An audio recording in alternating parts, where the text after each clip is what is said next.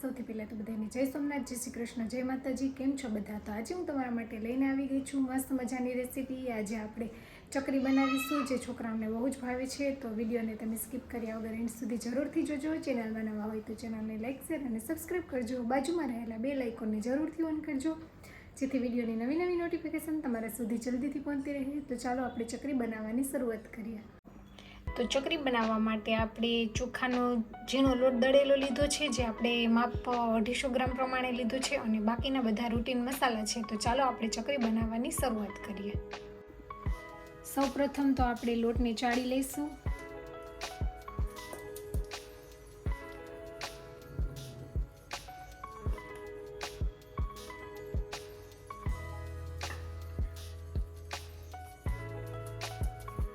તો આપણે બધો લોટ ચાળી લીધો છે.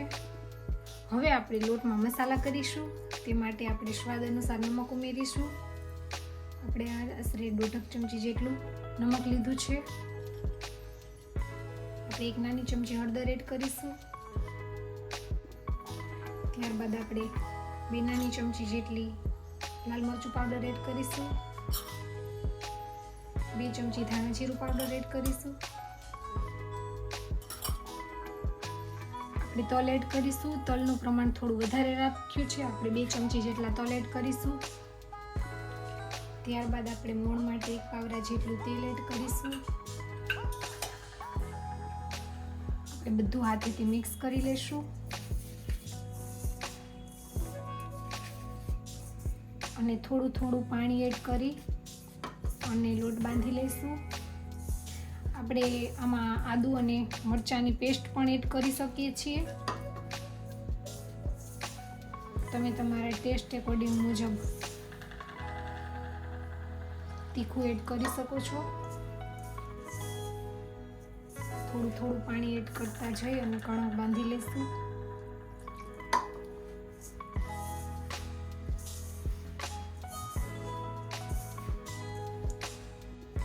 તો આપણે સરસનો લોટ બાંધીને તૈયાર કરી લીધો છે.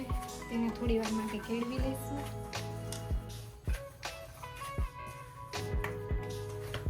તમે ચણાનો લોટ પણ ભેગો એડ કરી શકો છો, પણ આપણે ફક્ત ચોખાનો ઝીણો લોટ જ લીધો છે. તો લોટ તૈયાર થઈ ગયો છે. ચાલો આપણે આગળની પ્રોસેસ સ્ટાર્ટ કરીએ. આપણે આવી રીતે સેવ બનાવવાનો સંચો લીધો છે. તેમાંથી આપણે જે ચકરીની સ્ટારવાળી જાળી હોય તેનાથી આપણે ચકરી બનાવીશું. તો આપણે મશીનમાં ફરતે બધે તેલ લગાવી દઈશું, જેથી લોટ ચીપકી ન જાય. અને લોટનો નાનો લુવો કરી અને મશીનમાં ભરી દઈશું.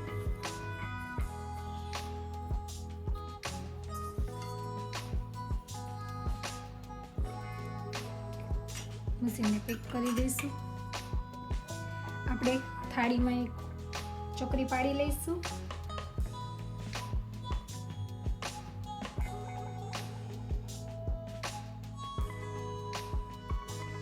આપણે આવી રીતે નાની નાની સાઈઝની ચકરી તૈયાર કરી લઈશું.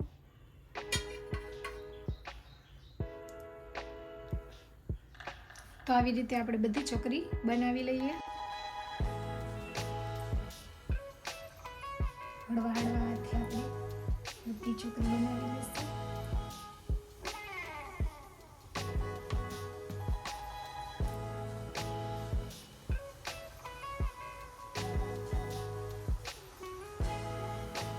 તો આપણે આવી રીતે બધી ચકરીને તૈયાર કરી લઈએ.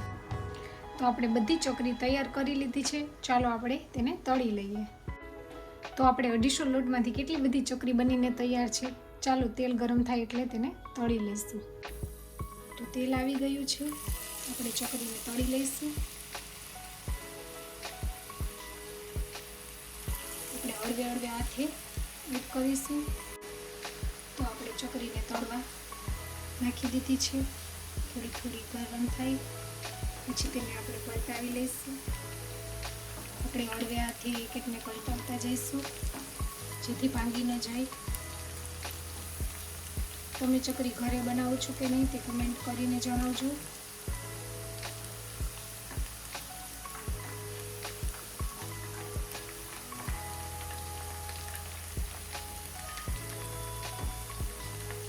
બધી ચકરીને ઉથલાવી લીધી છે અને તેને ધીમે ધીમે તળાવવા દઈશું. આપણે બીજી બાજુ પલટાવી લઈશું.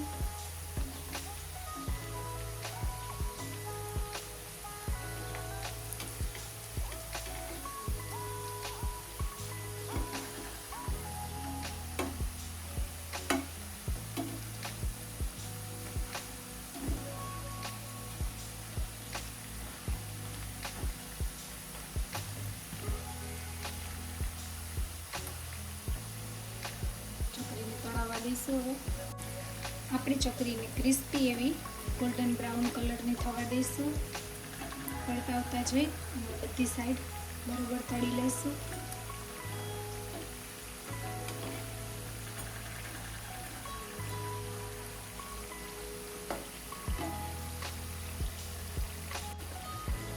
તો ચકરી સરસને તળાઈ ગઈ છે. આપણે તેને કાઢી લઈશું. ધીમે ધીમે ભાંગી ન જાય તેમ. કલર પણ એકદમ સરસ આવી ગયો છે.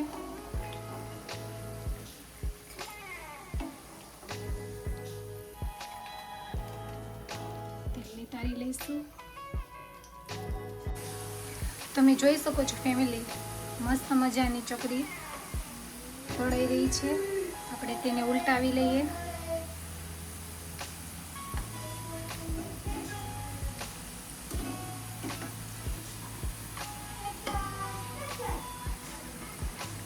આપણે આવી રીતે બધી ચકરીને તળીને તૈયાર કરી લઈએ.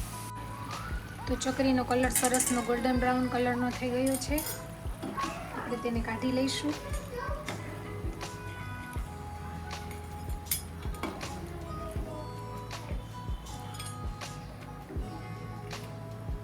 તેને નિતારવા માટે મૂકી દઈશું. તો ફેમિલી, તમે જોઈ શકો છો આપણી ચકરી બનીને તૈયાર થઈ ગઈ છે. હું તમને એક કટકો ભાંગીને બતાવું કેવી સરસને થઈ ગઈ છે. તો ચાલો આપણે તેને સર્વ કરીએ.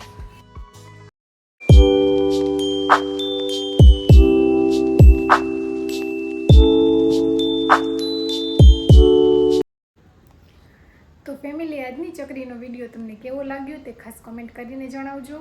અને મારી ચેનલને હજુ સુધી સબસ્ક્રાઈબ ન કરી હોય તો સબસ્ક્રાઈબ કરી લેજો. તો મળશું રેસીપીના નવા વિડીયો સાથે. આવજો. જય સોમનાથ. બાય.